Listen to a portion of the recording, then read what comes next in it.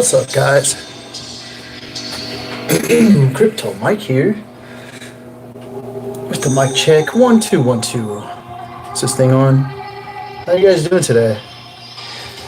So I just wanted to go over.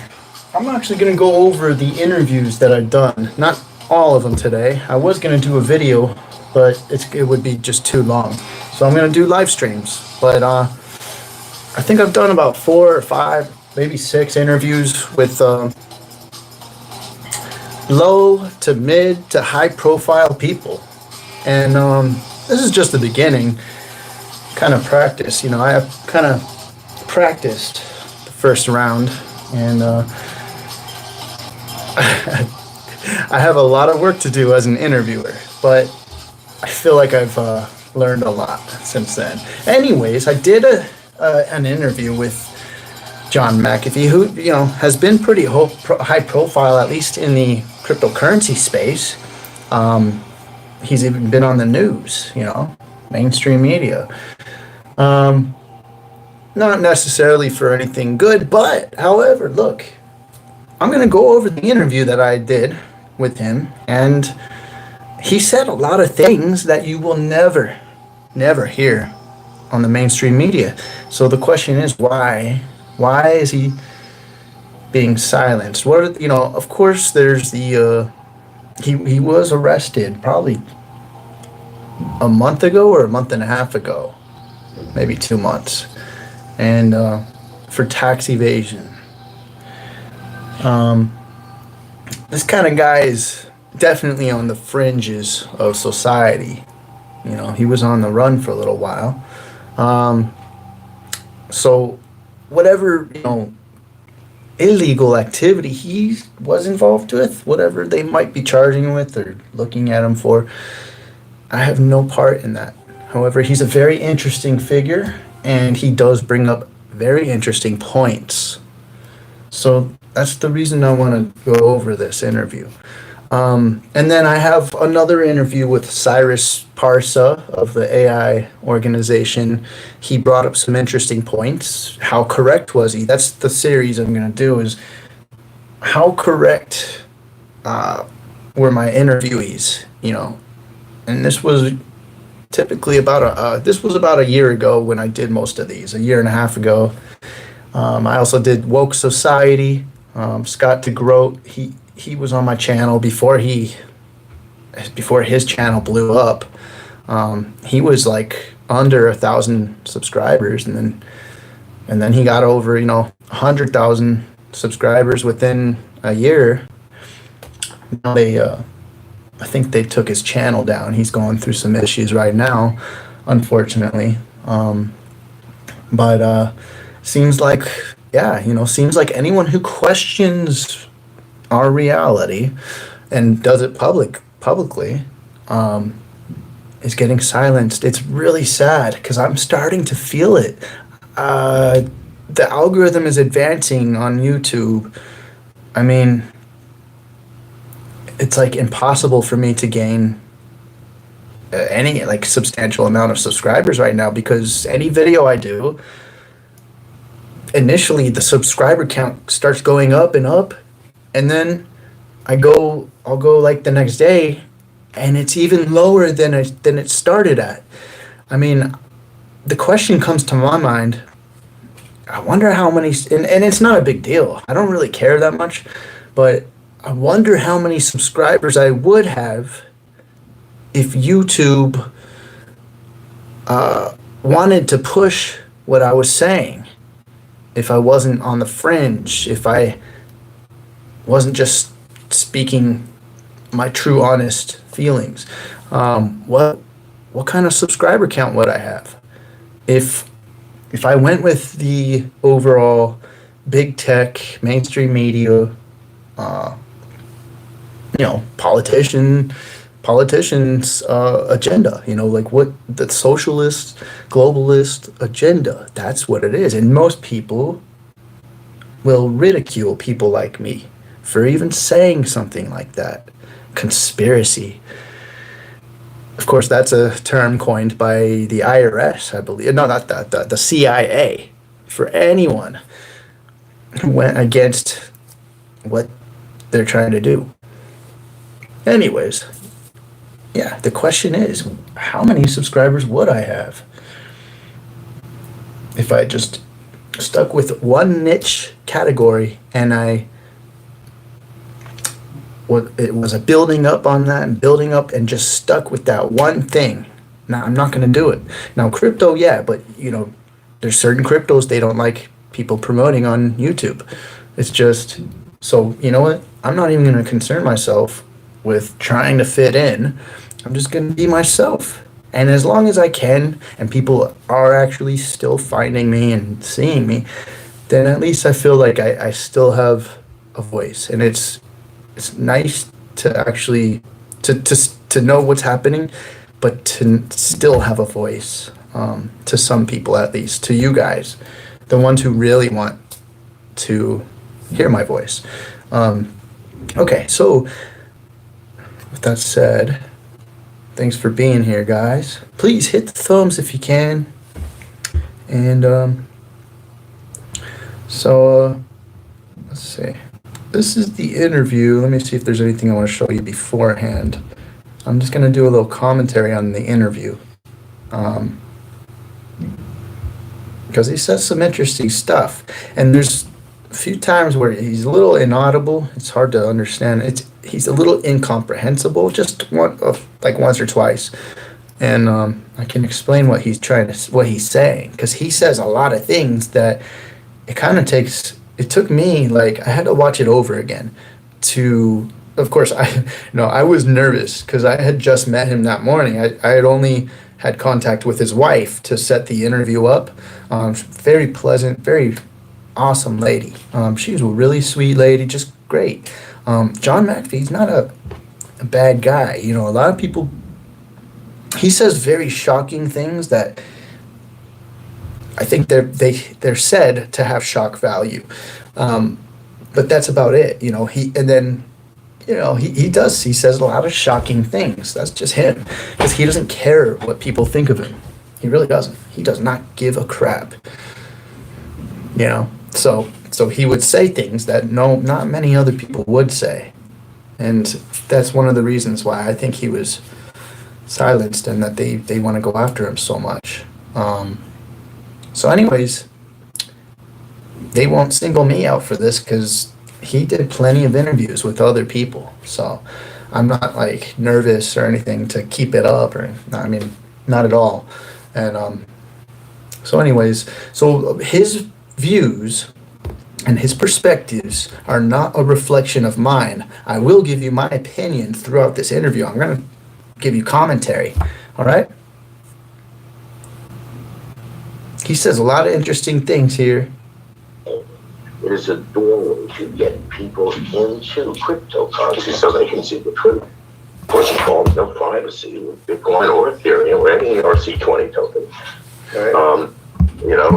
If I send you money, then for the rest of your life with that wallet, I can see what you have, what the total is, what's coming in, what's going out. If your bank did that, you wouldn't be a happy camper. So you can't use those coins as real money like we can Monero, for example, totally private. So that's one of the first things he touches on, and he's always been that kind of guy who talks about privacy. And damn, I have a double chin. I gotta stop eating that pasta dinner at night. My bad, guys. I'm not trying to point out my flaws, but he's always been about privacy. Okay. And I understand. I'm getting it more and more now. Back in the bear market, when I was just mostly immersed in the feeling of we're going to make it. I'm going to make it, and just having that fun community feel. And then over the last year, my eyes have really opened up. Okay? My eyes have really opened up. I'm going to silence you, Nevian. Because it's my channel, bro. I'm going to do what I want to do. So I'm hiding you. I don't like people being assholes on my channel. Okay? I'm going to do what I want to do. Now I'm going to talk even longer, Nevian. You asshole. So, yeah, I'm not afraid to do that, man. I don't care, dude. I really don't care. I'll get rid of half my subscribers if they're like you. but they're not. Most of my subscribers are great. I'm trying to figure out how I can get rid of this double chin. Hold on. Put it up here, baby. Yeah, put it. That's a little better. All right, guys. Thanks, Mark. And I mean, that's all I ask is like even just some kind of positivity. Thanks, Legendary. Thanks. No, I'm harsher than my mods. You guys are like really easy on people. I'm harsh, man. I'm like, get rid of them. You know, just get rid. Sorry. You know, just get rid of them. You know, because I don't like that shit. I don't like negativity. Anyways, guys. Now let's go on. Let's move on. So what he's talking about with privacy, I do believe it is a big deal, and he's onto something when he's talking about that privacy. He's on to something because more than ever, especially, okay, now some of you guys might not have really dug into the Ethereum atmosphere, but you know, I really got into it over the summer, especially when I started using Uniswap, and then I started using my Ethereum address to gain collectibles, to like NFTs, and then you have to give your address out to people, and then they will be able to airdrop things to you. You'll be able to mint NFTs on it, and then so unlocking your wallet becomes a part of your normal life when you go to websites that are interesting, like don'tbuymeme.com. I'm heavy into that. I really like it. Okay, screw it. It's okay. My double chin is fine. It's not that bad. Okay, it just looks better, you know, that way. Anyways, that's better. Okay, my bad. I just shaved nicely today, so yeah. No, like live streams, we're hanging out. Live streams are not like I'm not trying to condense everything and make it perfect, guys, you know, and most of you guys know that. So,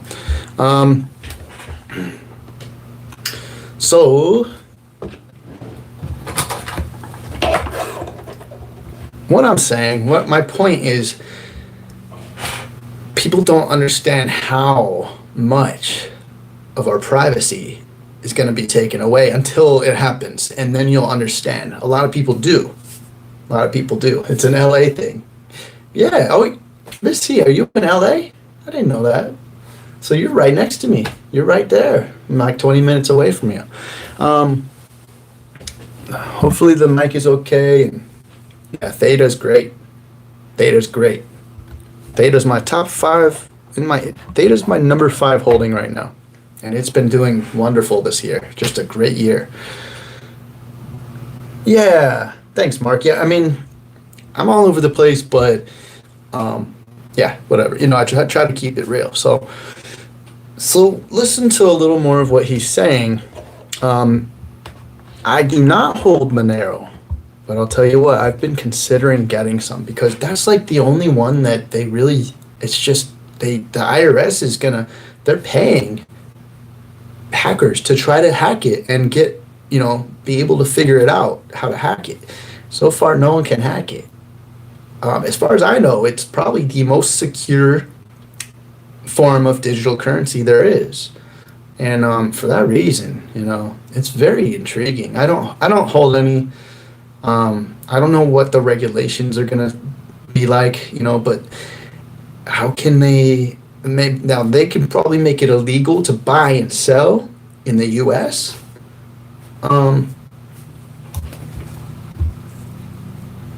Nah, Legendary, I'm gonna just hide him. If he does that, you know. Oh, you hit him. Thank you. Good. Yeah, there's just assholes, you know. You suck ass. Like, fuck you, man. Who are you, crypto bulls? I know you're still here watching, but fuck you, dude. Anyways, I'm not in the mood for that shit. So yeah, the IRS is trying to hack it. I think they're giving a $10,000 reward, or it might be 20,000, might be 100,000. I forgot, but It's huge, and that's a big deal. If the IRS is trying to pay anyone to hack it, it's crazy. No, I don't think Ledger got hacked. I think someone just sent these emails. They got, getting your email address is very easy for these people, for these, people. They pay for a big list of emails, somehow they got the email list from Ledger. They might have hacked Ledger. Yeah, they might have hacked Ledger. Maybe an insider at Ledger sold it. They probably got good money for that because these hackers sent fake emails to people. So if you get an email about from Ledger, I think it's ledger.io, don't open it. Don't pay attention. You don't need to open it. Okay. Never click links you get in emails. I mean, unless they're from a very trusted source, guys. They got emails and phone numbers. They didn't get mine, or I haven't checked lately. So anyways, Because the government can get into all those transactions. So the things we absolutely have to have are privacy and smart contracts. Let me know if you can hear him okay.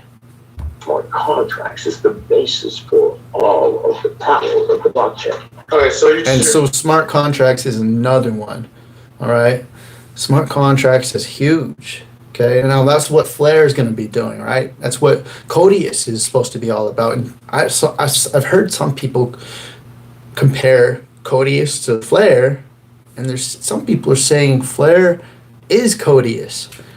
But I haven't done enough research to really figure out if that is the case, but it could be. I mean, why would they? Who knows? I'm most likely going to do the airdrop. Probably going to participate. I don't see how it can be any more invasive of my privacy than they already are. Like, my holdings are on the blockchain, and I'm not a rich guy. I'm not wealthy. I don't hold that much XRP, so I don't see what they could really get from that, or if they would try to go after me or what.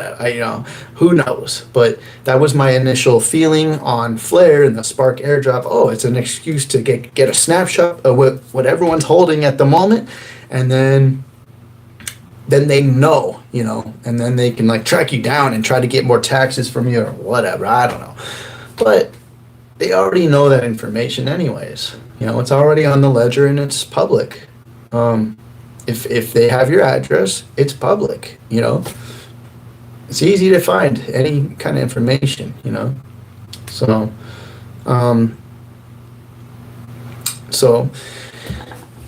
I'll probably participate. I don't see why not.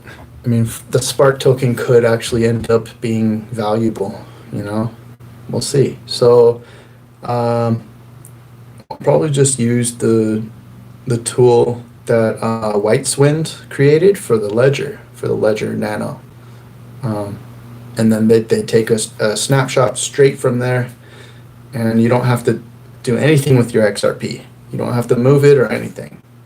So, now one thought I've had though is that what if they confiscate XRP down the line? Who knows? They did it in the, I believe the 1930s. They confiscated gold. They made people give up their gold, and then they made it illegal to hold it for private citizens. XRP Toolkit is what it's called. My sign, it's Gemini, so take from that what you will. Some people seem to get offended when I tell them that. They're like, oh, stay away from me. I'm like, dude, I believe in signs, but not to a T, they don't define a person, okay?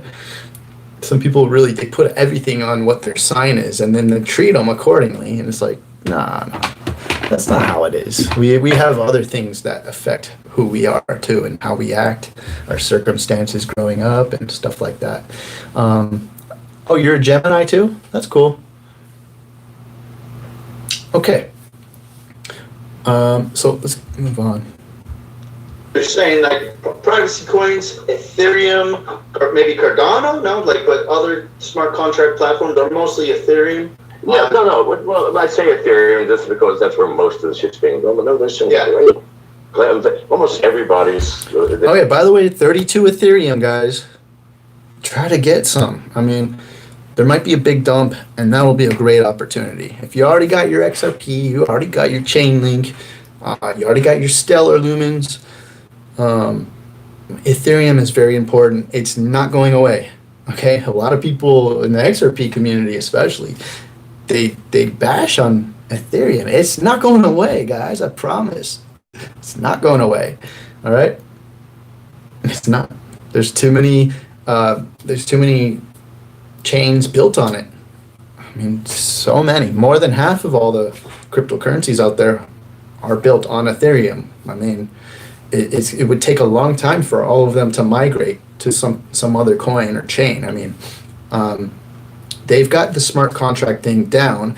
Now, the only thing they need to work on is speed and gas fees, and Ethereum 2.0 will create a liquidity pool that we won't have to pay gas fees like we've been this year. This whole year was, a test run. It was a test run. So, yeah, he's in jail right now, He's still able to tweet, though, but they've been looking for a phone in his cell, and they can't find it because obviously he's hiding it somewhere. I hope not in his ass, but maybe, who knows. I had a pleasant conversation with him, He's a cool guy, and he brought up some good points. He's very shocking sometimes, but not during this interview. He was very polite, very pleasant, okay? It's coming out with a new blockchain has some smart contract capability now. But I'm saying that Bitcoin does not mechanic everything made to do so without turning a cow wagon into a Porsche can't be done. So Bitcoin is the grandfather and will probably always have the value. All right.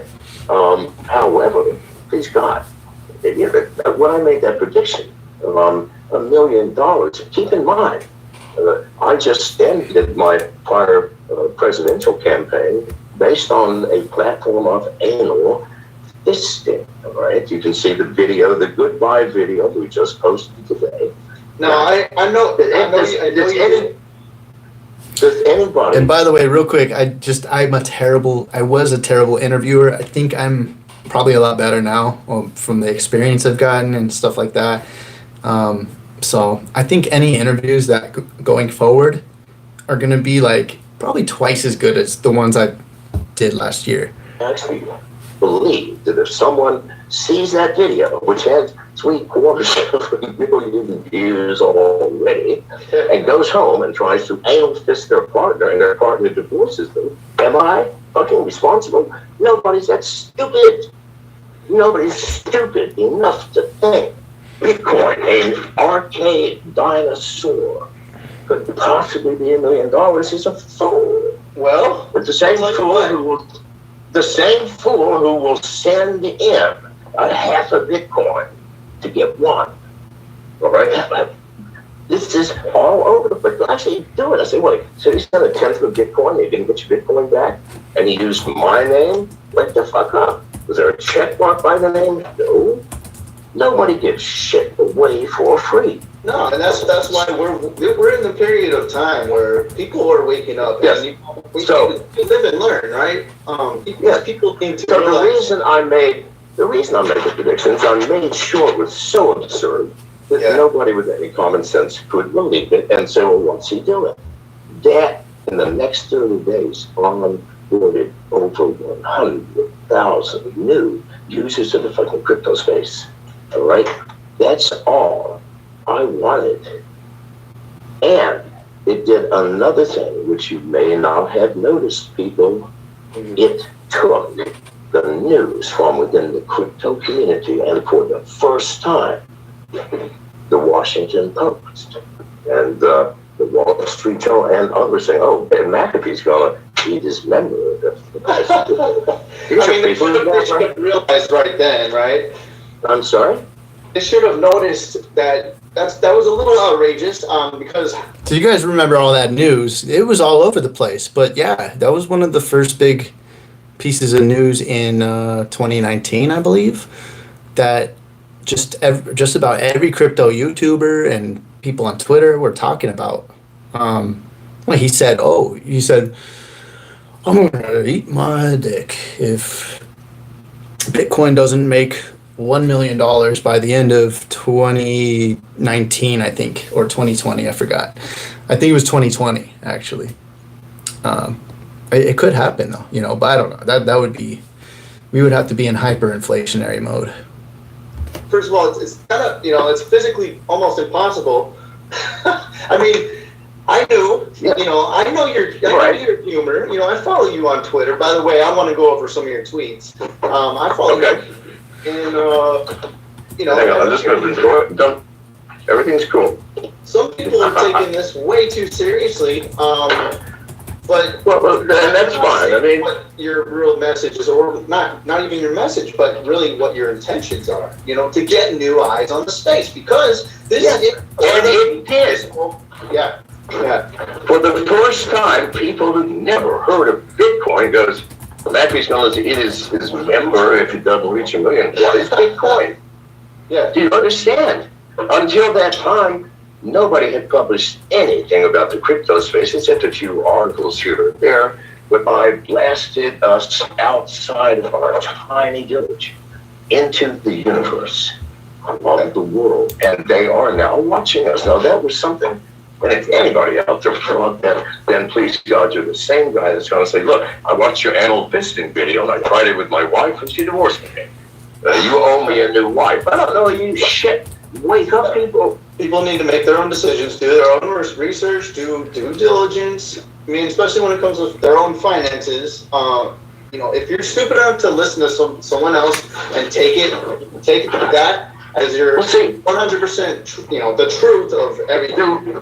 The reason I didn't say 50,000. And like I said, I was kind of nervous. I was starstruck a little bit, because he's all over the news and stuff like that. And I had him on my little channel, so it was fun for me. But I wish I was able to have a little conversation with him beforehand, But if I do that, somebody's gonna feel responsible and take it for real fucking protection.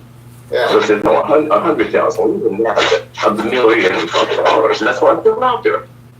So you got people thinking too. There's a lot of people out there who did charts, they did analytics, and they're sitting there thinking, dang, what does he know that we don't know? Is there something really going on? But it's more possible than ever now. Now that we look at what's happening with the economy, look what's happening. Look what's happening. We're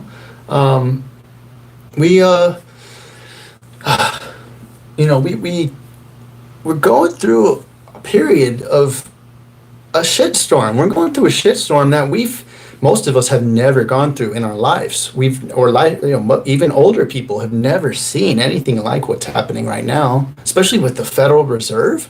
We're going through a great wealth transfer. Look what's happening. They're printing about trillions and trillions and trillions of dollars with nothing to back them. And they've already announced that there's going to be unlimited quantitative easing, which, a year or two ago, no one would have believed. No one did. No one thought they would ever do that. I did. I told people, you know what? Dude, XRP can hit whatever price, Bitcoin can hit $1 million, yeah. Of course, because they can print up the wazoo a currency that's not backed by anything, so it doesn't matter. So what they're doing is they use the COVID-19 to give us a relief bill, which gave members of Congress and a lot of their friends a ton of free money. And then, of course, it was under the guise of getting us money, which it really, nowadays, $1,200 for the last, when did they do it? 6 months ago? $1,200 is not sustainable, for 6 whole months of all this shit going on. People lose their jobs. Some people can't even get on unemployment. But now the unemployment bill was better. It was the CARES Act, I think, part of the CARES Act. But I mean, what they really did, if they gave us all the money that was included in the bill, if they gave each of us the amount that we were owed, split evenly, if they just gave it to all the citizens, we would each get over $10,000 each. But we got basically a tenth of that. And then who got all the extra money? Where did it go? A lot of it's misappropriated funds, and it goes straight into the pockets of members of Congress. And guess what? They love Donald Trump. No matter how much they give the appearance that they hate him, they're making so much money off him. I'm telling you, that's why I think he's going to get elected. The mainstream media, they wouldn't even be alive anymore if it wasn't for Donald Trump, whom they love to hate. Okay? Yeah, right, RV? I mean, hey, they do make small phones. Hopefully it wouldn't be like one of the biggest flagship phones, because damn, that would... Anyways. Yeah, like, they love Donald Trump. I'm sorry. They pretend to hate him, but they're making way too much money for him to go away. But then again, you never really know what the plans are. Like, what if Biden... I mean, look, Biden, in my opinion, would get cryptocurrency rolling even faster, because the whole markets, the economy would just tank, and then cryptocurrency would be able to be used for what it was designed for, as a deflationary asset, and also what they want is transparency. They want transparency, which Trump has already told us it starts January 1st. And when I say transparency, they want to take away our privacy. And that and now I go to my point to where John Mcafee is right about privacy. With Monero, you can treat it like it's a piece of silver or a piece of gold. It's untraceable. That's the only one I know of. That's why... You want to check out the Monero price? Let's take a look. It's going up, guys. It's going up. People are starting to realize the promise of Monero, and they just want to keep their old lifestyle the same. They don't want to change. They don't want their privacy taken away. I mean, people don't understand the implications of this transparency thing yet. People they do not understand how it's going to change our lives in a negative way. It's sad. It's very sad. Let's take a look at Monero.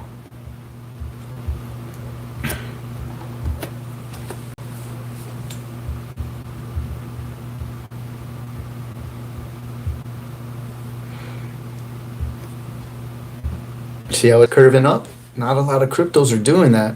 Look at all that volume.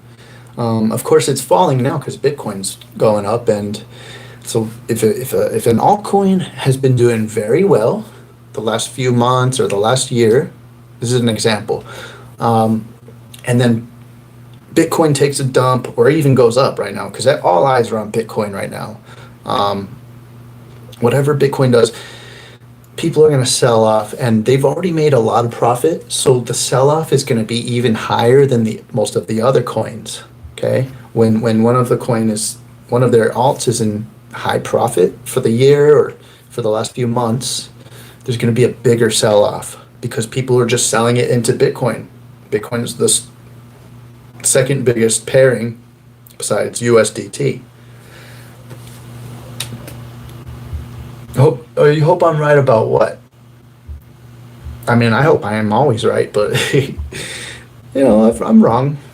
I'm wrong often. Not often, but hey, I'm not going to lie. Some of the things I say don't come true, No, I think that's just about everyone, though. Not everyone's correct all the time. So in the last year, look at what happened. Look at this. Look at this. In the last year, Monero's been doing very good. We can compare it to ones. Let's see. We'll compare it to like Litecoin. See how Litecoin's been doing this year.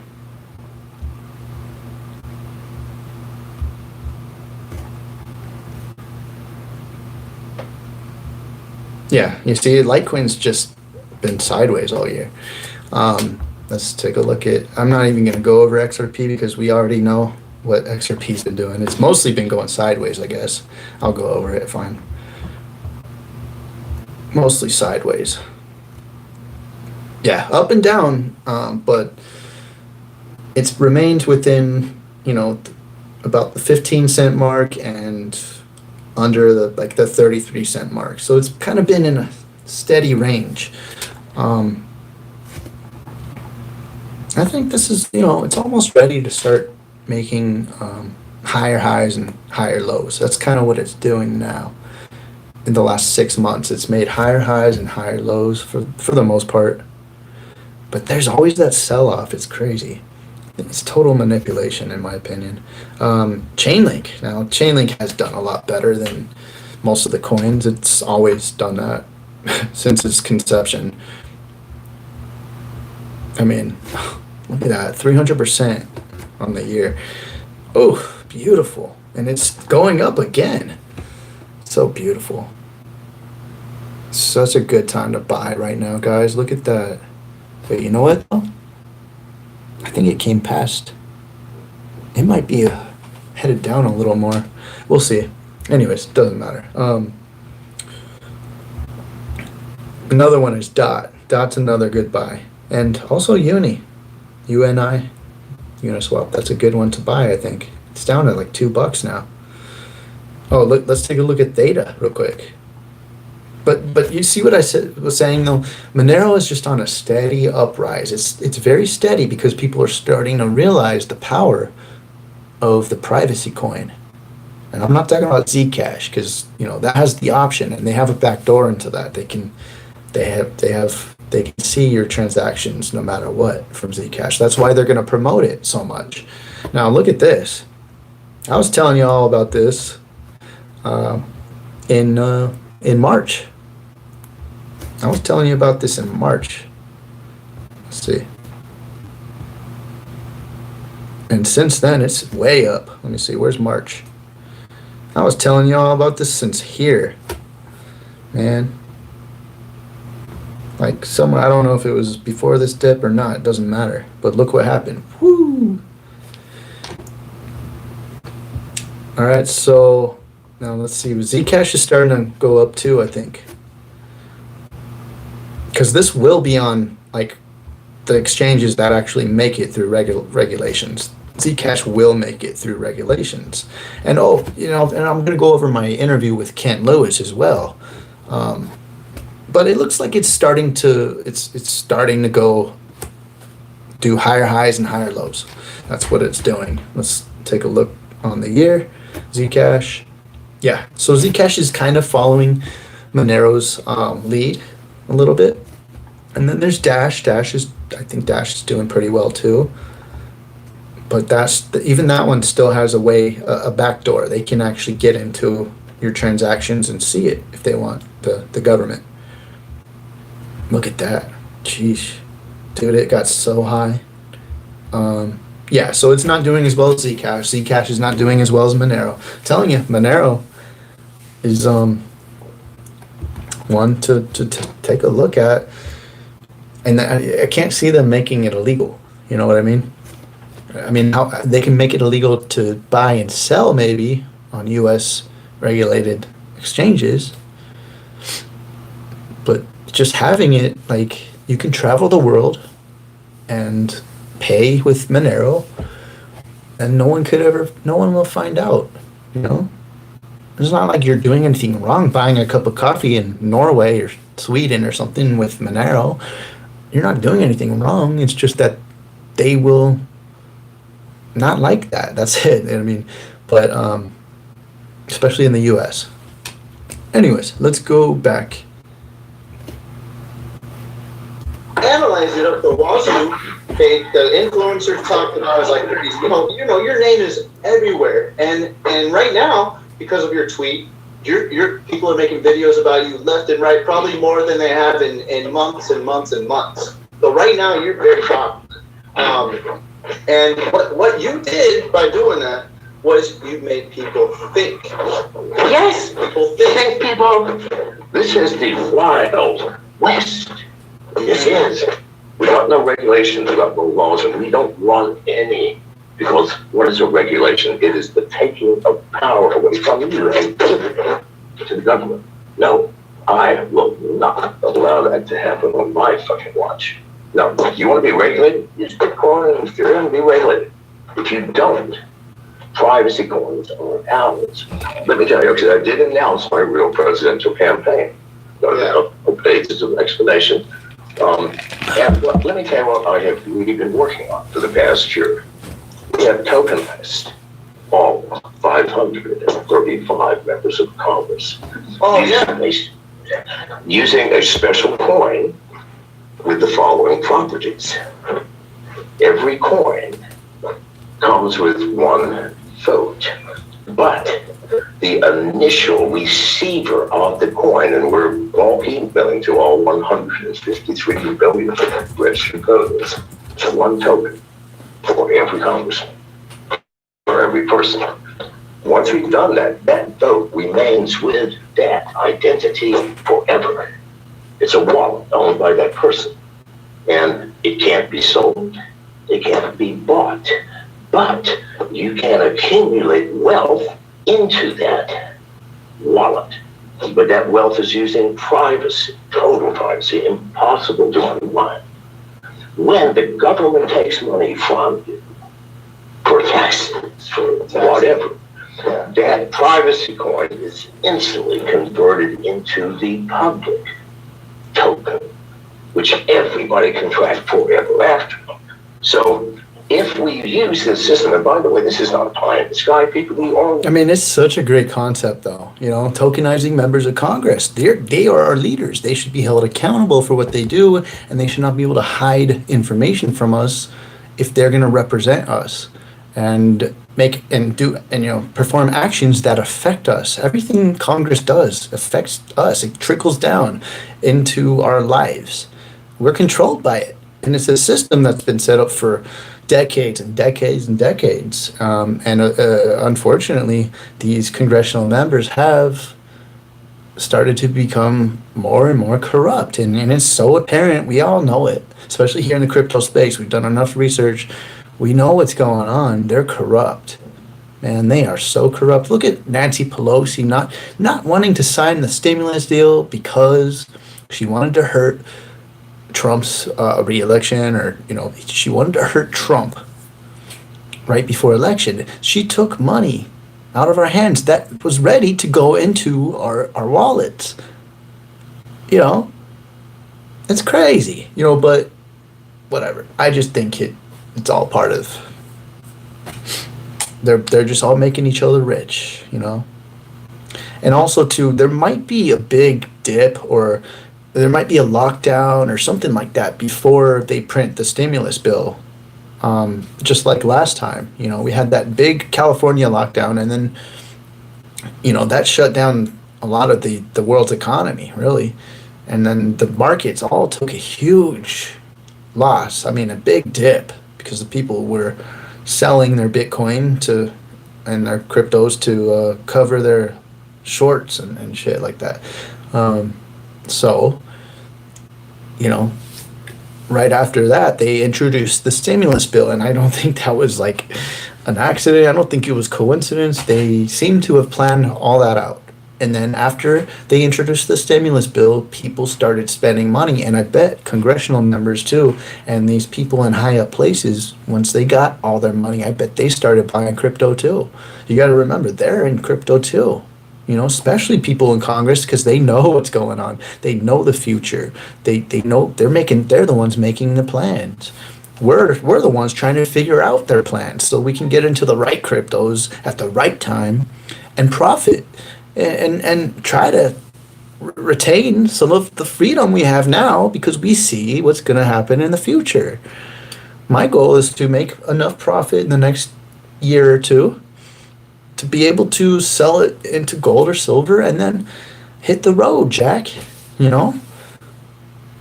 and I ain't coming back. You know what I mean? I'll still be here on YouTube, but I don't want to be here in California. I don't want to be in America. No, I want to be somewhere where I can actually live and be free. I want to travel, to be honest. I want to travel. already have open public coins, Bitcoin, Ethereum, and we already have massively successful privacy coins among the top 10. So we need something like a Monero. It doesn't have to be Monero. It could be a privacy coin. We have them. It's ours. When we pay the government, it's converted through an exchange into a public token. Yeah, they take your money and they have your money, but we can all see where it goes. Exactly every fucking penny. The tools to track this are trivial. Trivial. So there's another reason people need privacy, because there's scammers out there who will see how much is in your wallet. And that's another reason to use multiple wallets for all your crypto. You know, if you got ERC20 tokens, don't put them all on the same wallet. You know, spread them out a little. People can easily take your address, your Ethereum address, and put it into Etherscan and figure out what you've got on it. And it's all right there. It's like, it's even more invasive than a bank, you know. At least a bank is private. They keep your information secure. The blockchain is totally different, guys. I'm telling you. And this is something I'm getting more and more concerned about. And then the more and more money you have, the more and more concerned you're going to be. You know, that's just how it works. You know, so I have more crypto than I had a year ago. Or actually, I have a little more, but the value of it has risen. Obviously, we had a good summer, you know, from the beginning of April till, April was the start of the bull market. And so we can see, and if we notice, good God, you get $3 trillion just left in this wallet, and that wallet, this wallet is owned by the president or by the pro tem of Congress. We can see who has it and who spent it and what agency.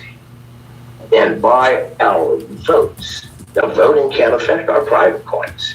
We can vote our goddamn public coins. We control them through votes. We can say, no, we're not doing that. In fact, we're taking those coins back. We're going to distribute it back to ourselves as privacy coins until you fuckers get your act together. Because who controls the finances? Who controls the world?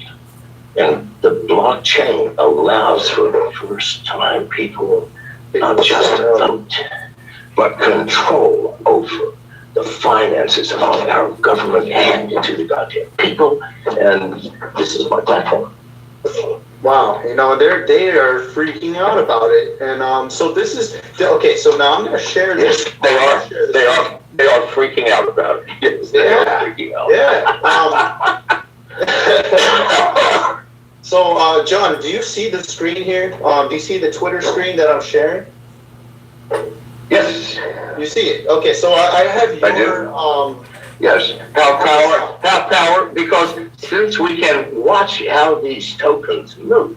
And by the way, what we've done with the tokenization is not a real government. It is not a real control. No, it's a fucking simulation.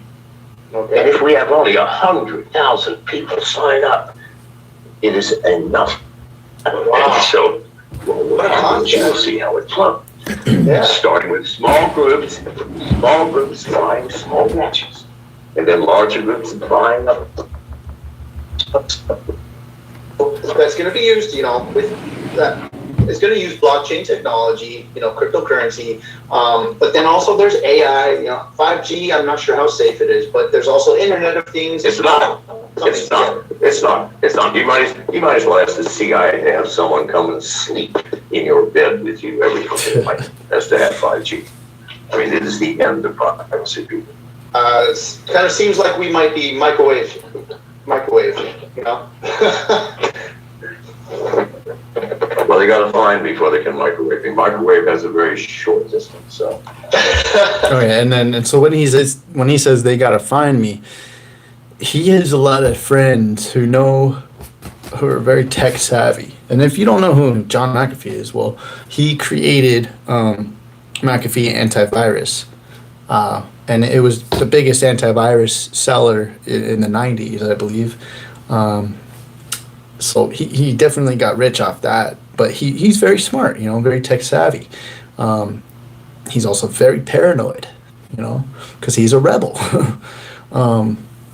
And so he, let me see, what was I going to say? He basically was on the run, and he had people who would alert him within seconds if anyone was trying to hack him. So he had a team of people who were helping him stay private, It's a crazy world we live in, though, Yeah, he got jailed for tax evasion, yeah. And that's why I titled this. Is he right or wrong? Well, depends on your mindset. Most people think he's wrong for running from the government's policies and tax policies. But some people, a very, very few people, a small percentage of people actually think we should not be taxed because not a lot, but a lot of those people think that taxation is theft. And to some extent, I do believe that's true. A lot of these taxes are theft. I mean, we do not deserve to be taxed. This little lower class, even the middle class, the upper class should be taxed just as much as we are. And the loopholes are so easy for the upper class to get around and get through because they're the ones who create the loopholes. We don't deserve that. Now some taxes, I get it. Yeah, of course, we need to pay for our streets and yeah, but they take the liberty of taking all these taxes from us that most of them we don't even see anything good come out of it, It's crazy, especially like the big cities, We don't see a lot of good. They put these programs out, charities and stuff like that, and then they say, oh, your taxes are going going towards the homeless and stuff. Well, why are there more homeless in LA than ever before? If all our taxes are going to help them and things like that. Why are the streets crumbling and stuff like that? I thought our taxes were supposed to take care of that. Well, I think a lot of the taxes go into the politicians' pockets, and that's just a general feeling. But now was he right to break the law? It doesn't matter if he's right or wrong, and because that's all relative. It depends on what you think, how you think about the world. It doesn't matter. He still broke the law. That's the problem. If you want to stay safe and not have a very powerful force coming after you, don't break the law. You got to stay within the boundaries of the law if you don't want powerful people coming after you, because they will fuck you up. They will fuck your life up. There's no doubt about that. Even McAfee, who had a crazy ass paranoid high tech team behind him, he still got caught a few times, and you just can't. Doesn't matter. This is a surveillance state that we're going into. We're already in a surveillance state, but it's going to get even more intense. Telling you, that's why privacy is important, and we have like a little window of a year or two to do what we need to do and make plans. All right, unless there's certain people who don't mind being in a surveillance state. They don't mind not having any privacy. They don't mind. Some people just like to be public and they don't care. They want to go with the system because it's just, there's nothing wrong with that. They don't mind people snooping on them. Whatever. I don't know.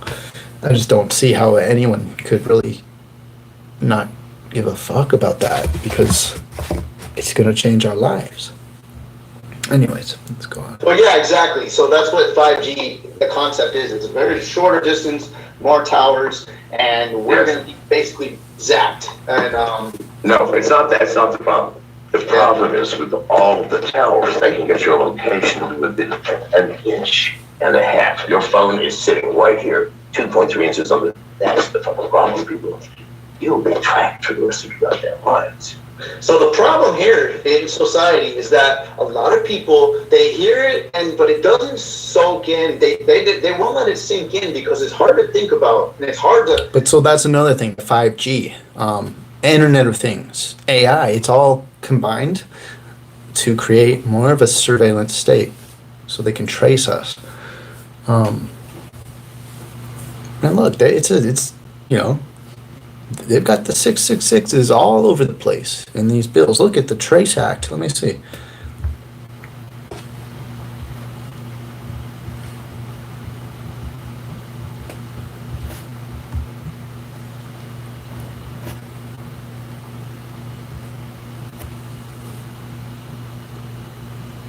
HR 6666. So they've got their 666 in. COVID-19 testing, reaching, and contacting everyone.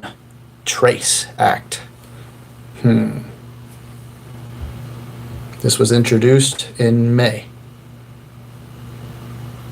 5/1/2020. I mean, there's another 6. You add 5 and 1, that's a 6. There, I mean, it's all over the place. Let me show you another 6. Let me show you some more 6s. Now look at this.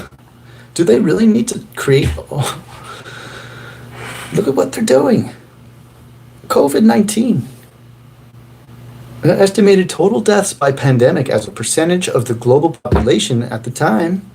The Black Death was humongous. 42% of all humans died. Now, I believe that was a real plague. Plague of Justinian, I don't even know what that is, but I guess that was a long time ago. But 28% of the world's global population passed away from that. Then they have the Antonine Plague. Only 3.7% passed away.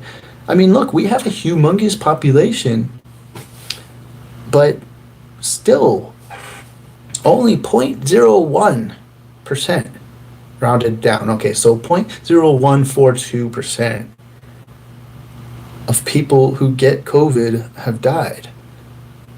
And I think a lot of the cases aren't even real COVID. I think they're labeling them as COVID, but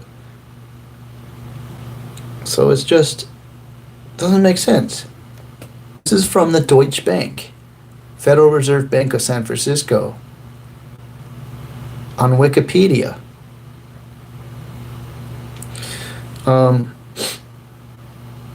And yet there's so much disaster relief. I mean, what is going on? Why didn't, now look, and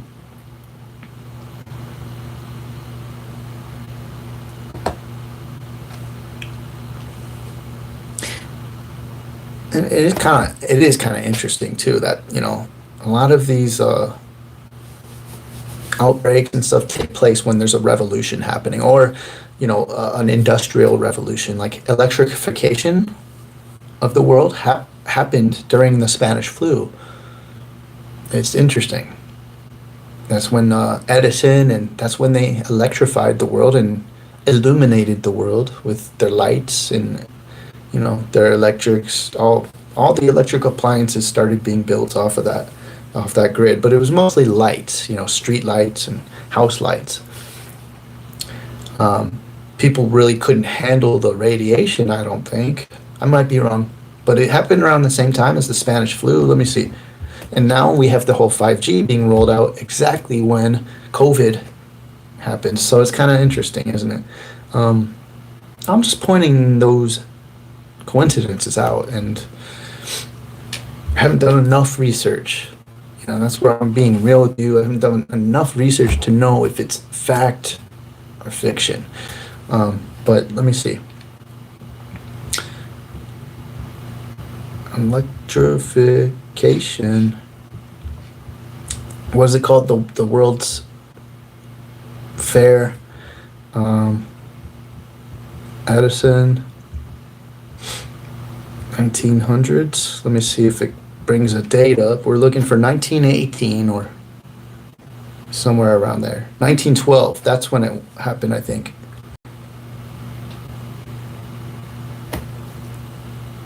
Electric vehicle. People couldn't handle the radiation. A lot of people died from that, I think. And they might have covered it up, you know, by saying, oh, it's the plague or whatever. Spanish flu.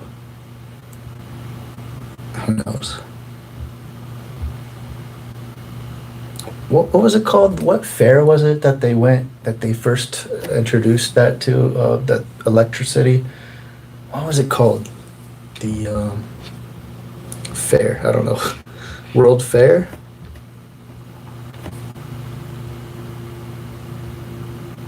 Chicago World Fair.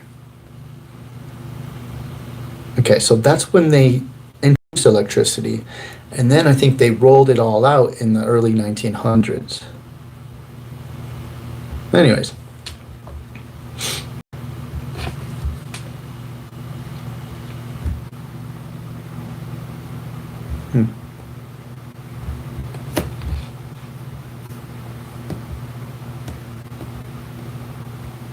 A lot of history has been rewritten too to throw us off. But yeah, Edison was not a good guy. He was not a good guy. They could have given us free energy. Tesla, I mean, he made so many discoveries, yet they silenced him. It's just ridiculous. And we didn't even know a lot of this until the information age came about, which now, I mean, at least we can somewhat get some truth from the past, but now look what they're doing. They're censoring everything. Like for instance, this is a different kind of thing, but when I looked up my own interview with John McAfee, Crypto Mike, I typed in Crypto Mike, and this is a censorship move. Let me show you what. Okay. Crypto Mike, John McAfee. I mean, it would make more sense if it came out on top, because I don't think there's any other Crypto Mikes in John McAfee's videos. I doubt there are. I mean, at least I didn't see any. I have to scroll down so much just to find it. I mean, it has more than 3.1 thousand views, I think. How many views does it have? I forgot. I'm saying, why are all these in front? Why can't they just give me what I searched for? Because they don't want to. They're hiding me. I have to scroll all the way down. I didn't think they even had it. I didn't think they had it. I had to scroll that wasn't there before. I had to scroll all the way down, and I mean, it's ridiculous. And I was about to give up. There it is. You see? Oh, no. See? Look at that. I'm live right now. It should be like #1. Is anyone doing a video on John McAfee right now? Is there anyone with the name Crypto Mike doing? I mean, that's censorship. And soon enough, you know, people like me will be completely silenced. There it is. That's what I was looking for. Do you see how much I had to scroll down to get to it? I have it's Crypto Mike, and then I have John McAfee in the title. Why did it take so long for me to find the video I was looking for when I specifically put the 2 keywords in there? Anyways, that's what I'm saying, you know, and it's so apparent. Yeah, it's just, they make it impossible. Almost. Not quite yet, but soon enough it'll be impossible. What was I going to show you on here? I was going to show you something.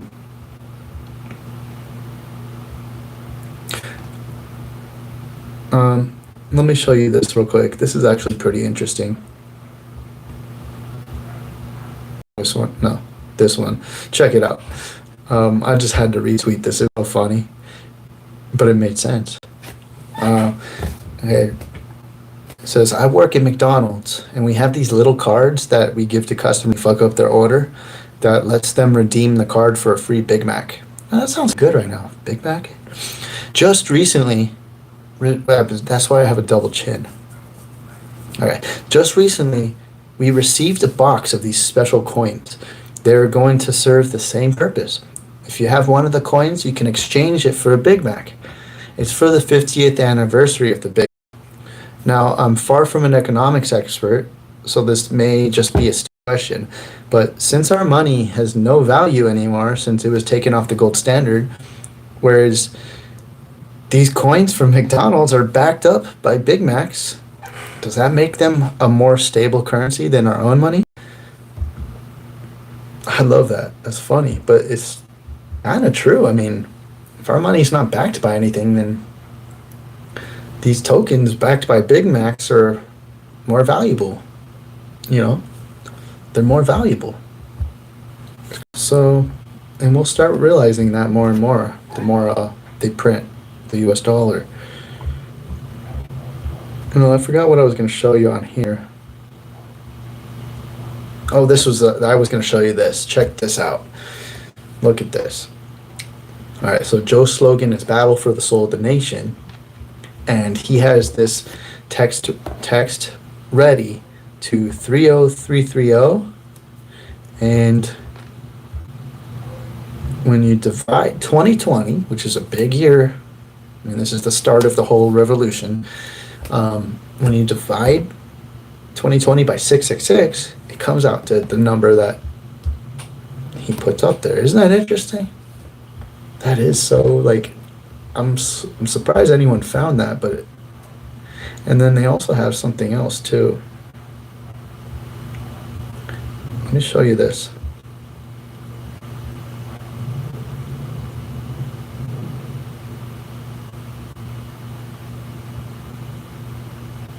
Oh, I have to go on my own. This is, someone posted something interesting here too. See, I did the math and that's what it came out to.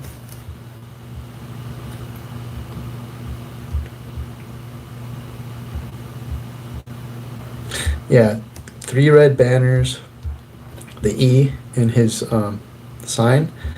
Someone showed me this.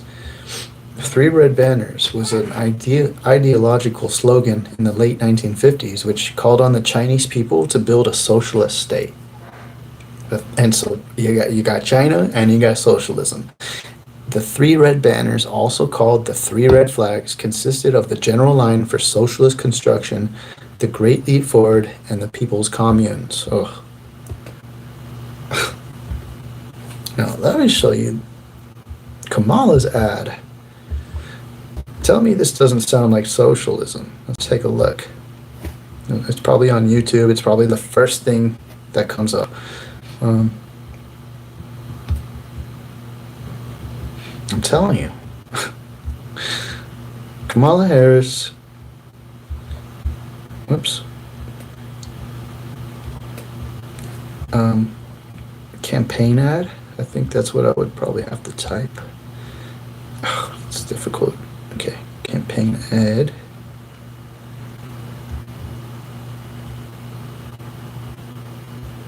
It's a cartoon. Did they hide it? Because it basically explains socialism.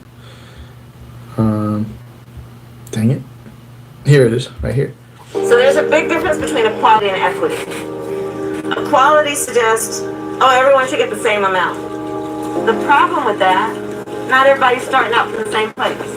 So if we're all getting the same amount, but you started out back there and I started out over here, we can get the same amount, but you're still going to be that far back behind me. It's about giving people the resources and the support they need so that everyone can be on equal footing and then compete on equal footing. Equitable treatment means we all end up at the same place. Okay. So from face value, I mean, if you don't dig into it, if you don't, it sounds great. And that's the whole That's my problem with the idea of socialism. It sounds great. The idea is wonderful. The concept is amazing.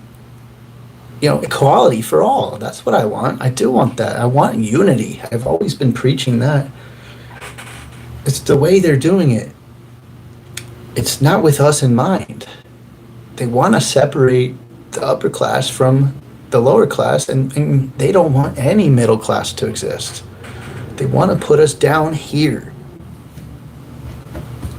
They want to put us down here, while the very few percent of them who are making these new laws and everything are going to be way up here, while they're pretending to be like us, but they're not. They're just not. So what's the difference between equality and equity? So what she's saying is equity is even better, because what happens is they decide what kind of bracket you're in. They decide. You don't get any voice in this. You don't get any vote, nothing. They decide what kind of bracket you're in. Okay, so if you were born privileged, they're going to give you less than someone who was born less privileged. Now, who decides that? Okay, and so what they're trying to do is just flip everything around. And I get the whole concept, yeah. But that's the difference between socialism and capitalism. Capitalists tend to believe, entrepreneurs at least, or capitalists, you work for your money, you work for a living, you produce, and you're able to consume because you're producing. Okay? It's a give and take, it's a yin and yang. But if you're just a consumer, you're going to be lazy. You're not going to feel good about yourself. You're going to feel pretty shitty. Even though it sounds great, handouts sound great. Who doesn't want free money or free living, communal living? That's where they want to put us, and communal living. We're basically going to be rats in a cage by the end of all this, So what she's saying, we all want to end up in the same place. Well, they don't. She's lying about that. She's completely lying. She doesn't want to end up in the same place the average citizens are. No, I mean, why do you think she's running for office? She doesn't want to be broke and poor and get just little tiny scraps handed to her just so she can survive. No, she's the one who wants to be at the very tip top, and she wants to pretend that she's with us, and this is kind of how politicians act. That's what they do.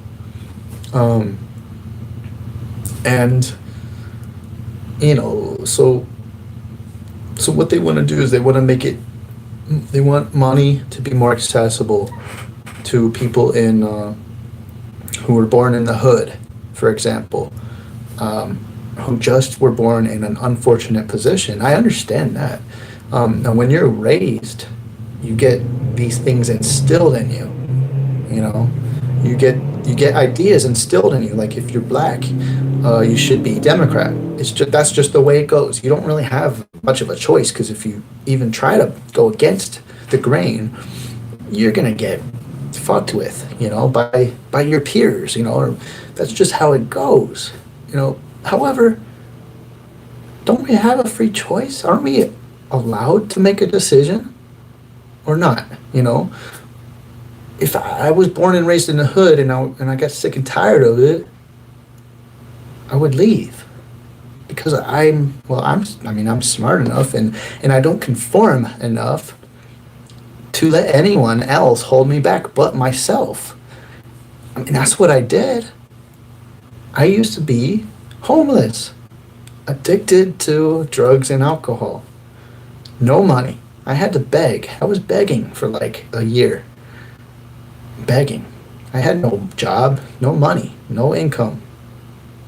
Besides, the compassion of people who would give me some money, and I wasn't, that's not me. That wasn't me.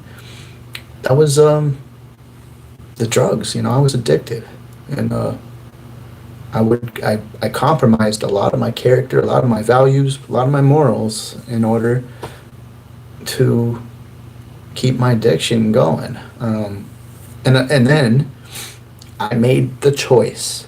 It's all about having a choice to get out of that situation. No one was giving me handouts and convincing me to do it. I mean, I had to do it on my own. I couldn't use anyone else or institution as a crutch anymore. I packed up. I mean, I said, you know what? This is it. I'm making the choice. I'm going to put myself in rehab. I went 9 months through rehab. I spent 3 years in a sober living. I created a YouTube channel. I got a job. I did all this on my own. I didn't even talk to my parents till about 6 months ago. I hadn't talked to them for 4 years. I had to get out on my own and do it on my own. Now I feel a lot more independent. I feel really a lot better about myself. I mean, I've advanced by leaps and bounds since I was homeless 5 years ago. I made the choice and I did it on my own. I wasn't asking anyone for handouts. I went to a rehab, which was a work program. You work 8 hours a day, 5 days a week. I worked. Okay, I worked for my rehab, for my living expenses and my food. And I did it. And then I'm not saying my situation was any worse than other people's situations, but look, there's an old saying, and most of you guys might know this, but if you give a man a fish, he eats for a day. If you teach a man to fish, he eats for a lifetime. What do they want? They want complete control over us. They want to be in control of what they give us. They don't want us in control of our own lives. I mean, you see what is happening? Look at that ad. I'm going to play it one more time. It's just, most people will not even look into this. They'll say, hey, whoa, you know what? I think what she's saying is that I'm going to get more than the privileged people now. And that's what I want. I've always wanted that. I never figured out how to get it, but she's going to give me an option, a way out. It's a fucking lie. It's a fucking lie. Let's watch this again. So there's a big difference between equality and equity. Equality suggests, everyone should get the same amount. The problem with that, not everybody's starting out from the same place. So if we're all getting the same amount, but you started out back there and I started out over here, we can get the same amount, but you're still going to be that far back behind me. It's about giving people the resources and the support they need so that everyone can be on equal footing and then compete on equal footing. Okay. Equitable treatment. Support is fine. Giving them the resources, you're just giving them a fish. And when you want to give them the next fish, you will. And they rely on you like a freaking dog. Do you see what's up?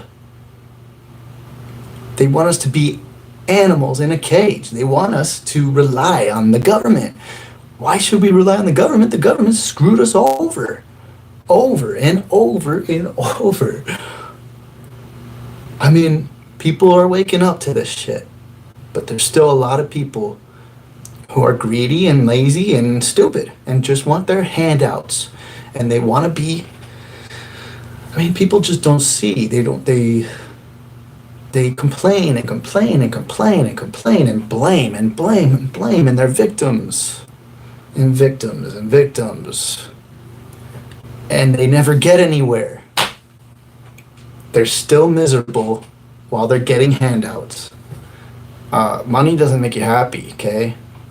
You need some pride. You need some self-confidence. You need to master your own self and master this world and this world we live in. You got to start figuring it out, It's just I don't know. It's just ridiculous. Until that, even though I do think Trump's a puppet, I think Trump's a puppet, but I err on the side. I'm on that side of make your own living. Feel good about yourself. Do something. And of course, there's going to be the disabled people, the elderly who do need assistance. And I understand that. So you need to actually draw a line. And people, we need to support our fellow human beings. Conservatives now need to not blame other people for the choices they're making and whatever. Conservatives need to start being supportive of everyone, not just themselves too. I mean, it's not a one-sided problem. This is a problem that we're all dealing with. Everyone is dealing with their own problems, and they put us on two sides basically, which is that's not true. If you're a Democrat, you don't need to believe all the policy. You don't need to support all the policies that the Democrats. And another thing is the Democrat Party. What the hell happened over the last few decades? What the hell happened? It's not the same. It's not the same anymore. Not even from a decade ago. It's just gotten nasty and nasty. And then the hardcore conservatives too. Radical conservatives are nasty as well. You gotta tone it down. Be more open-minded and try to help other people. Help your neighbors, help your fellow human beings, because we're all the same.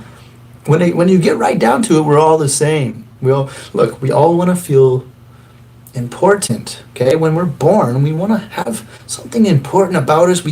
And a lot of people are not important. They don't feel like they can ever escape, or they don't feel important at least. They don't feel like they can escape. And these people promising equities, they're not making it any better. They're making it worse. And people are blind to that. And we need to support each other by having civil conversations and debates and stuff like that. We need to open each other's eyes. Now, there's a lot of things I'm blind to. I'll admit it. That I'm completely blind to. And I've been figuring that out the last few years. It's not a side thing. It's a human thing. We need to get over this whole divisive us versus them attitude. Or we're never going to go anywhere. We're never going to feel good about ourselves. Anyways, my bad. That was a rant, wasn't it? And my double chin is still there, even though I just burned a lot of calories ranting. I still got the double chin, No Big Mac for me today. So,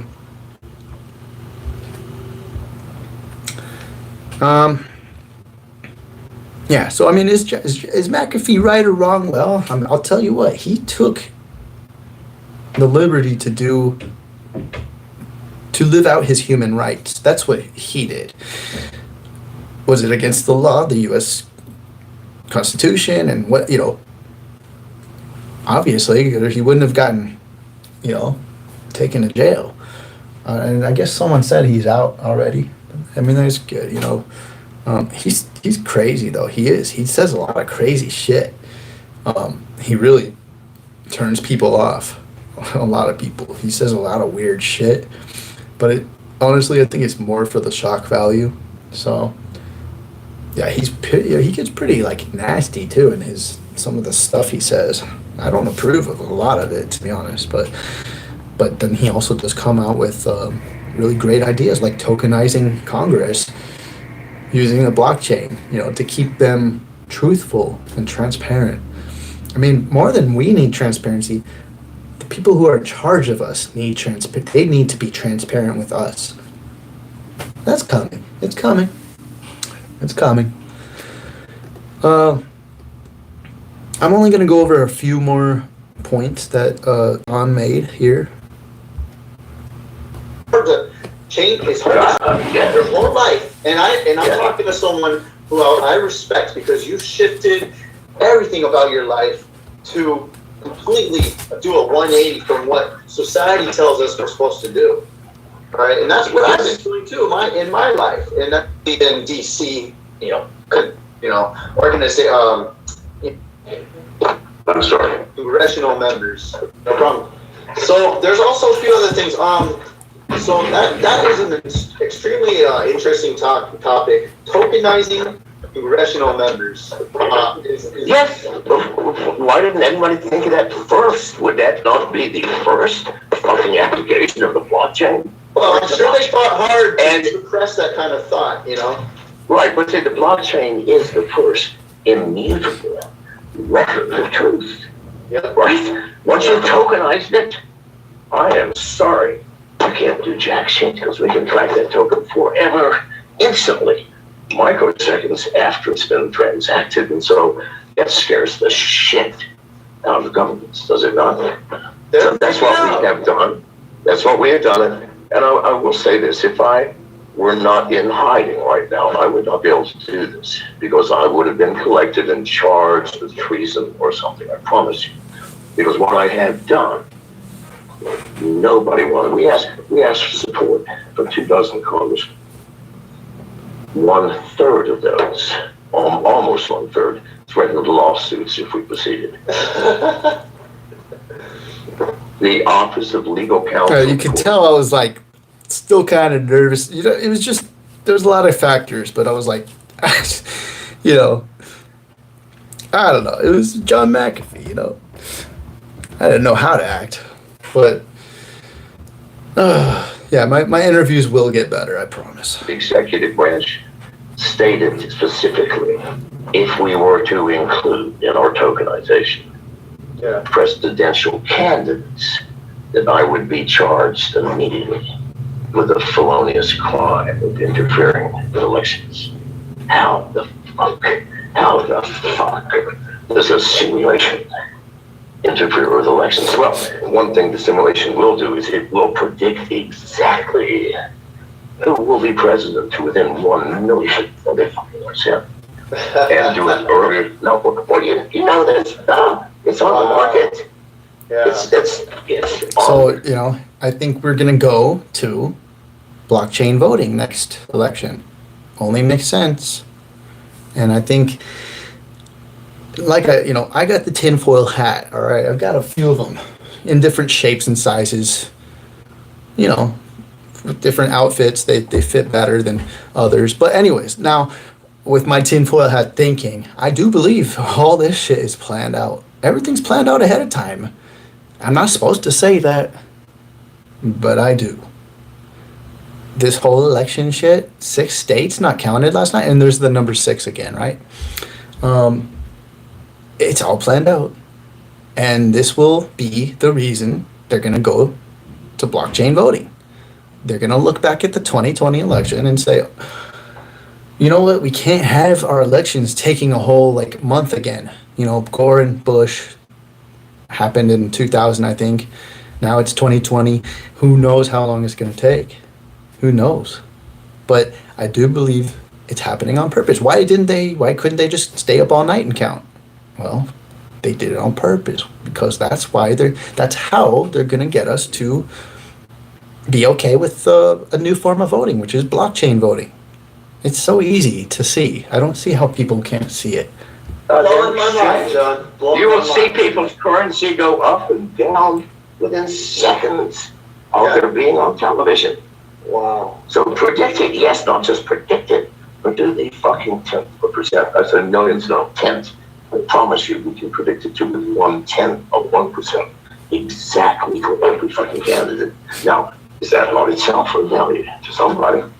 Why the fuck? So they'll do something like what he's saying, but of course they're going to keep the control within their hands. And the elections will continue to be rigged. Think of that shit before. They just want us to have the illusion of democracy. It's not true, most of it. I mean, they want us to think we're powerful and we have the right to vote and every single voice matters.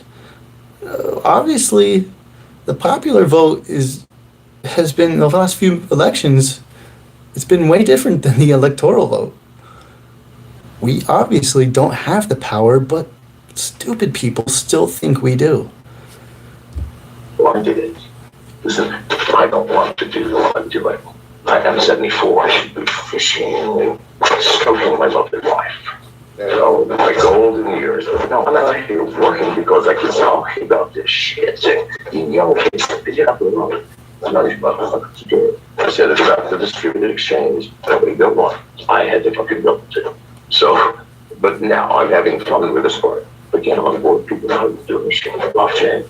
And then he had just smoked a blunt, so I think that's why he became incoherent at this moment. But it gets better. You can start hearing what he's saying in a minute. The two of you don't ever have the most powerful since the acquisition of the fire.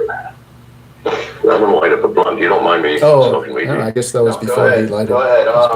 So, like I say on my channel, constantly, almost every day on one of my videos or live streams, blockchain is going our lives completely, and the way we live, it's going to free up a part of the way we live, a part of the trust layer of us. It's going to free up that trustless part, that part that we worry, okay, when we have interactions with people or businesses, we trust, and we have to gauge what kind of trust we have in that entity. And that takes up a lot of energy, it takes up a lot of focus, and it's the first thing we do when we meet someone or go into business with something, whatever. So blockchain will take care of that. Yes. It'll free up that part of us. Yes. Plus, that problem has created the entire profession of lawyers. Think about it. Why do they hire lawyers? Because they don't trust them to do business with. But I ain't gonna trust a fucking lawyer. I promise you, it's far fucking worse. But no, we don't need that anymore. Well, smart contracts will take care of the lawyer profession. It's going to go away after smart contracts start to rise, and people start to realize what they're capable of. Smart contracts are great. This is really. It's the best of times. It's the worst of times. It's the best of times. It's like, I think Charles Dickinson said, it's a great time to be alive. However, it's not a great time to be alive. You know what I mean? Also for you. Lawyers being dying to there will be smart contracts. Smart contracts, baby. So sophisticated. Lawyer on our exchange. Okay, the McAfee Dex, frankly, it's a portal on the website. There's nothing. There's 100 of them now around the world. Can't be shut down. No, we're smart contracts on the blockchain. We're currently Tron and Ethereum. We're adding Binance, Neo, and EOS all throughout the first quarter.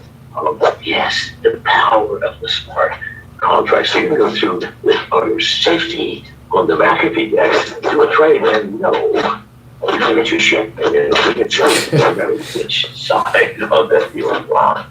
Is that of the records? Yes, it is. So many people have no idea what, even people in the cryptocurrency community, they have no idea what a smart contract is. They just want the gains, the miraculous gains that come with crypto. This guy, man. People start, it'll shit. This knowledge. But even we don't need to know how Gmail works to use it, It's just and we so do, funny. we don't need to know how the underlying, protocol works, but we use it anyway. Everyone uses it. So this will happen regardless of people, if people understand it or not. So what we talk about on this channel a lot is, cryptocurrency, obviously. We are trying to find, the big wave, because a lot of us here are just small little members of the, of civilization that are really just trying to seize the opportunity, seize the day. And this is a tremendous opportunity for us.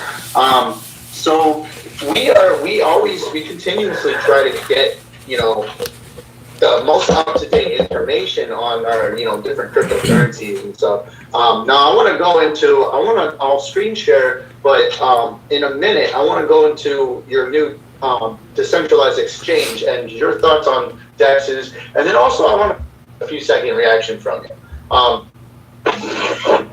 and test and see than we could possibly get by investing in this or investing in that. Don't care that much.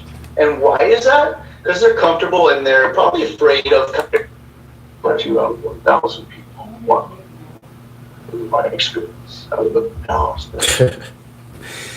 Whether it's a revolution of thought or a revolution of government. And if you can see that one simple fact, you will listen to me and you will sit, do what I do, talk. Because that's how it starts. That's how the revolution started With over the years.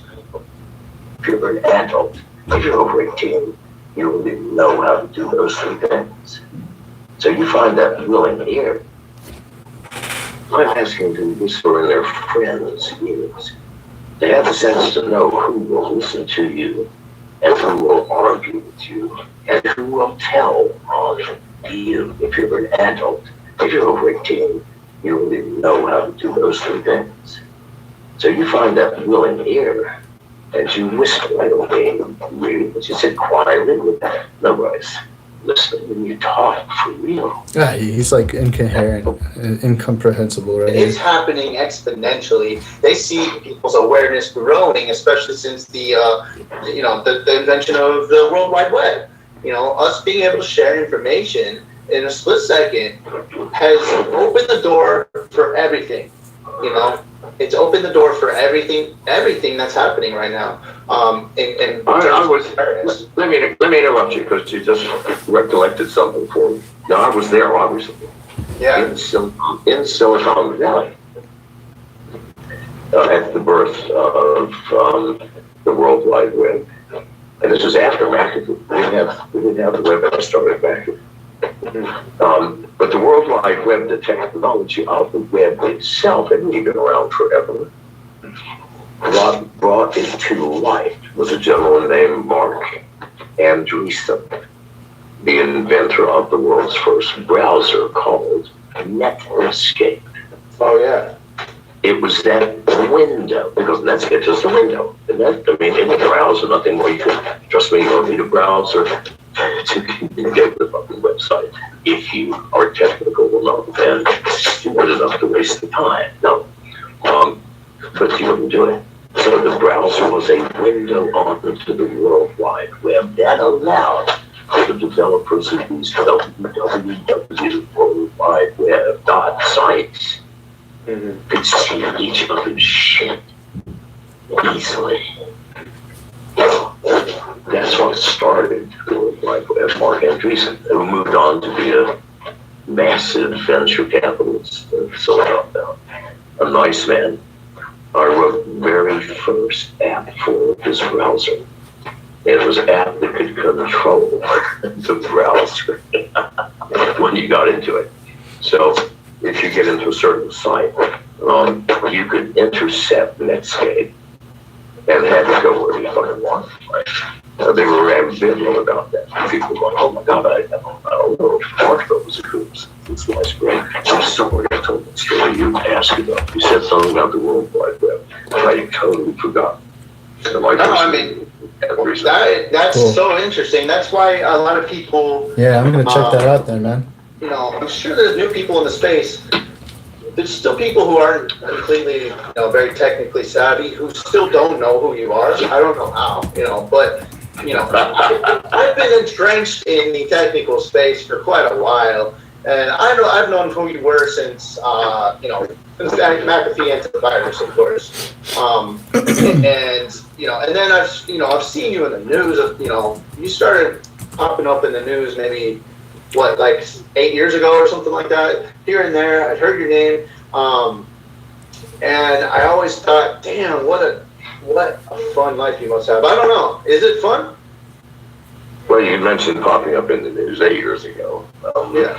The reason I popped up in the news is nothing that I had done as a technological breakthrough or a fantastic product. No, it's because I was in prison and being chased by the entire Belizean army. I mean, That was the fun. No.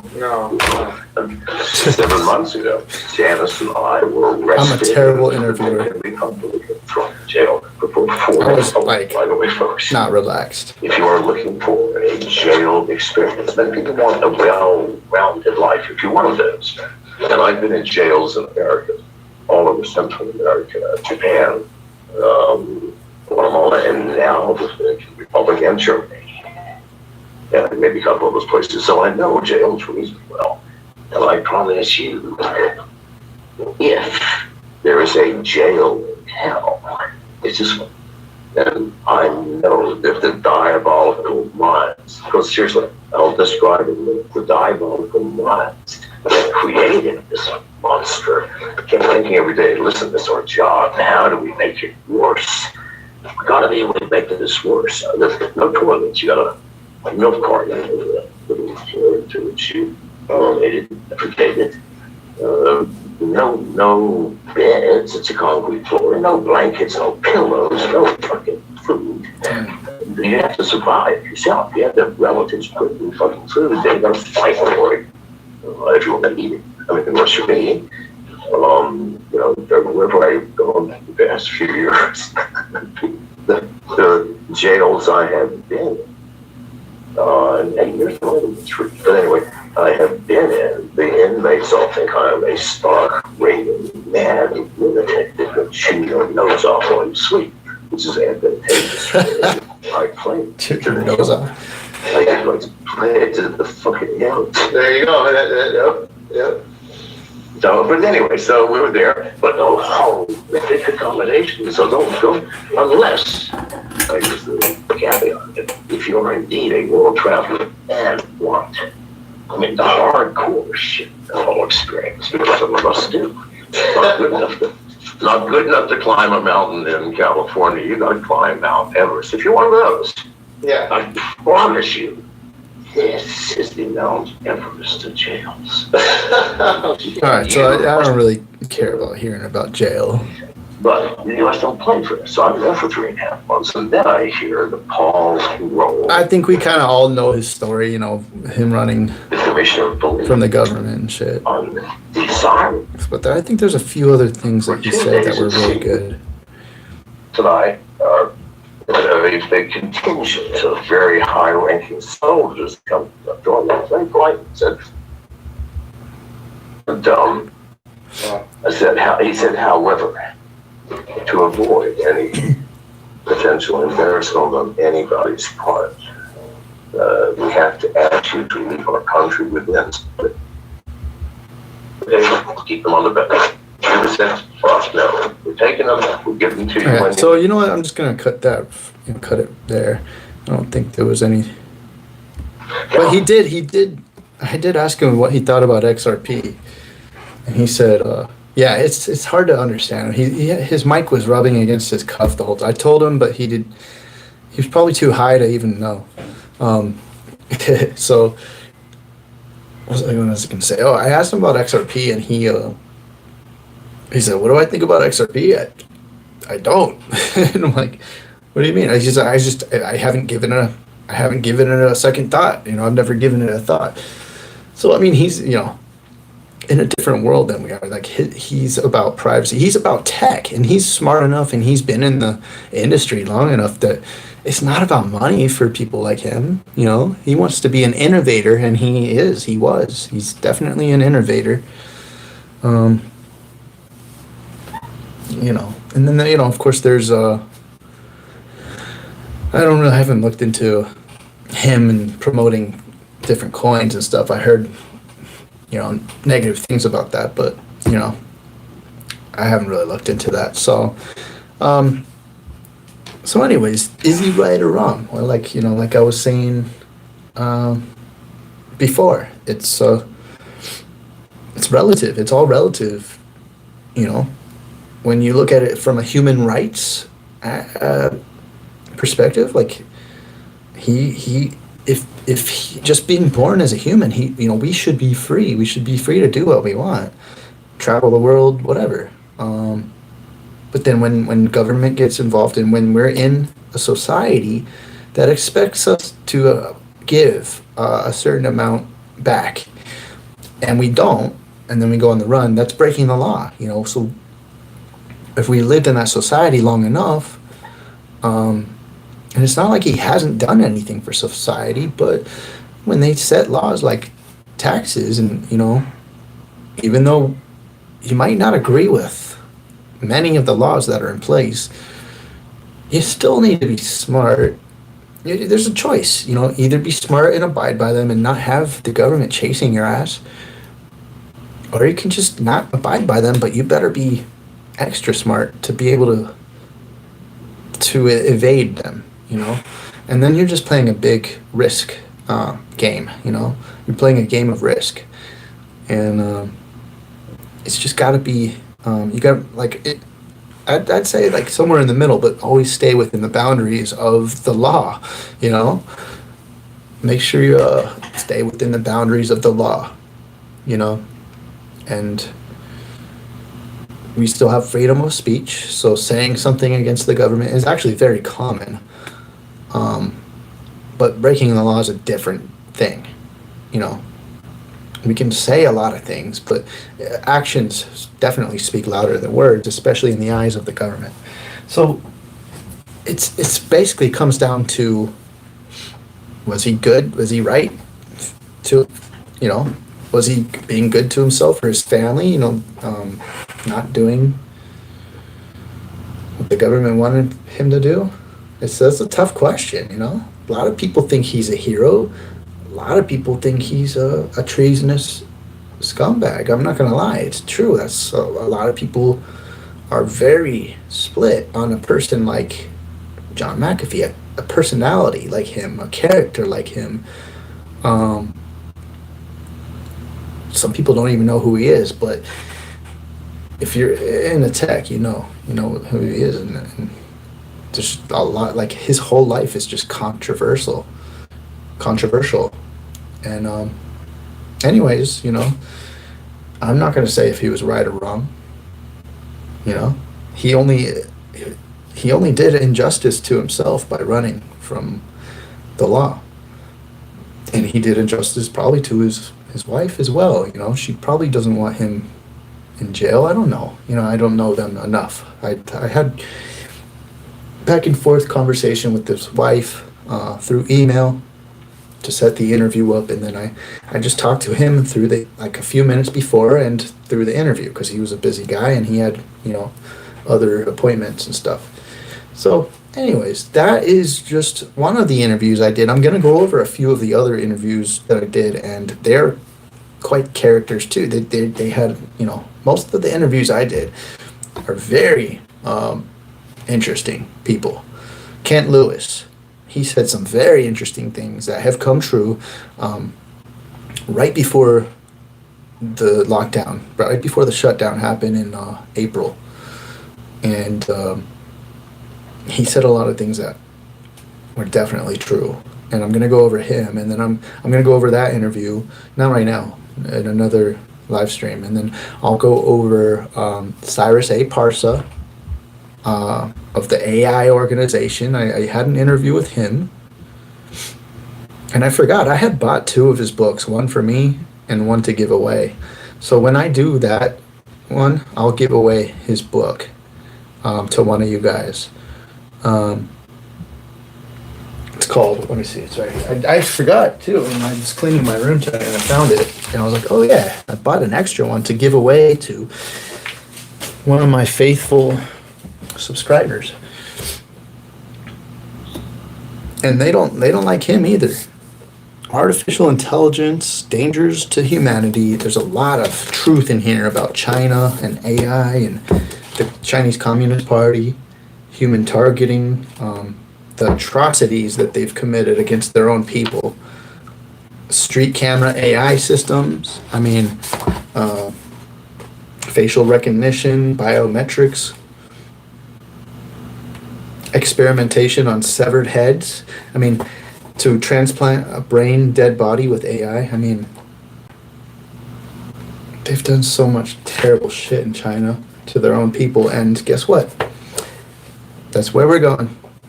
America is going to be the new China, the next China. the next Communist Party. I'm telling you, it's not. There's no. It's gonna happen. I don't care who's president. It doesn't matter. Maybe one president might slow it down a little more than another. It's gonna happen. That's where we're going. The technology's there. The world leaders, the 1%, they've already set it into place. They've planned this whole thing for years and years and decades and even centuries. I mean, this is well thought out by the people in power because they're very tight-knit, very close, and they help each other out. And they have it in their mind that they're completely separate from us little rats in a cage. That's what we are. We're rats. We're dogs, you know. They feed us a scrap. They give us scraps, and we gladly take them, thinking, "Oh, thank God, my master's feeding me," and we don't even realize it. But we're like animals, and we're going more and more in that direction. It's very sad. However, it's good to know. It's good to research. It's good to know this stuff ahead of time so you can prepare because you can escape, and we will escape from this. I mean, if you want to, I'm going to. If you want to escape from this, we'll do it. Okay, with all the research, what we're spreading, the information we're giving each other, it's getting harder and harder to because of censorship, which people still say, "What are you talking about? There's no censorship." Like, what world are you living in, man? You know? People who think there's no censorship, you know, there's nothing going on in the background. In my opinion, I'm not bad. They might not be bad people or anything, you know, but I think they're probably either stupid or just ignorant, or some people just really are evil and they don't give a fuck about any other humans, and they don't mind lying, straight up just lying left and right to further their goals and advance in their own personal agenda. People do that. And you got to discern who you want to hang out with, who you want to trust, you know, and what you're going to believe in and what kind of research you do and stuff like that. All right, guys, I'm going to get going because I'm starting to get hungry. I'm going to try not to eat anything more that's going to make my double chin stand out anymore. Anyways, that's personal. So, you guys, thanks for being here. If you can, hit that thumbs ups on your way out. That always helps me. It always does. And, you know, just be good people. Support your fellow human being. Do a good deed every day. You know, make it a habit. And even if you don't feel like it, you're going to feel better if you help someone out with something or another. Even if it's just giving flashing a great smile to them and making them feel important and maybe cheering them up, whatever. That does happen. Smiles are contagious. They'll smile to someone else, whatever. You know, I can't just smile on demand. Well, I can.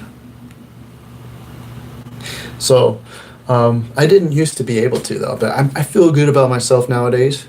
I could feel better, and I'm getting to that point where I feel even better, but I'm content, you know, I'm just being, you know, I'm just in the moment, and I'm living in the moment. I'm not planning too much ahead. I'm not dwelling in the past, not at all. But I do study the past, and I do study what is going to happen in the future. That's fine, but I don't dwell in either or.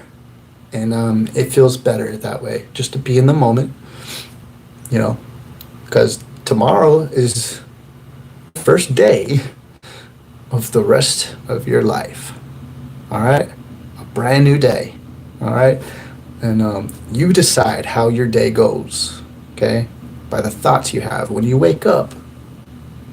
Self-affirmations that are positive are going to help you have a better day, okay? You guys, thanks 50KT. Thanks, bro. Appreciate the super chat, bro. 50KT left a $5 super chat, spreading the love a bit. Thanks. It's a great... okay, one more thing before I go. I always hate talking about tips and stuff like that without sounding, because I feel like I sound like I'm asking for a tip, because I'm not. But I'll tell you my opinion on tips. I always leave a tip. Basically, almost anywhere I go, if they accept tips at least, but I offer a tip. I offer the change or whatever. That's my form of tithing. I'm giving back to the world because the world's given me so much. And when you feel that way, when you feel like you have so much comes to you. It's the way of the world, the way of the universe. That's the law of attraction in effect. It's always in effect. Whatever you dwell on, whatever you believe, whatever you feel is what you get more of. The universe is non-discriminatory.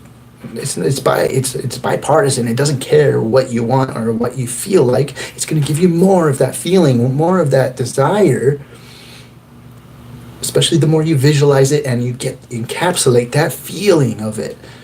When you use the law of attraction to your advantage, you understand how it works. And I'll say it once more. I always say this, but it starts with your thoughts. Your thoughts turn into actions. Your actions turn into habits. Your habits turn into who you are, your character. And then that becomes your destiny. You have the choice, all right? I believe somewhere in between having a choice and fate. I do believe there is fate. It's predestined. However we do that, it's very complicated. And I can't even explain it at this point in my life. Maybe in 10 years I'll be able to explain it better. So anyways, so that's my last thought. What's up, A-Rod? Hey, man, I'd like to talk to you on the phone. 50KT, do I use Google, Apple Pay? I use Samsung Pay and Google Pay. Yeah. I just started using it so much easier and faster than using debit and credit cards and cash. It's a step towards digital payments, if anything. Yeah, definitely. It's a cashless, contactless. And I think you're talking about tapping your phone on the register or the point of sale system. And yeah, I do that too. It's easy, very simple, and your phone's always on you. So, for sure, A-Rod, yeah. So, with that said, I'm going to let you guys go. You guys have a wonderful day. Be good people and keep kindness in your heart, compassion, all right? Goodwill towards your fellow human beings. You will feel much better when you do that. Practice it. I love you guys. Have a wonderful day. Crypto Mike out. Hodl strong. Peace.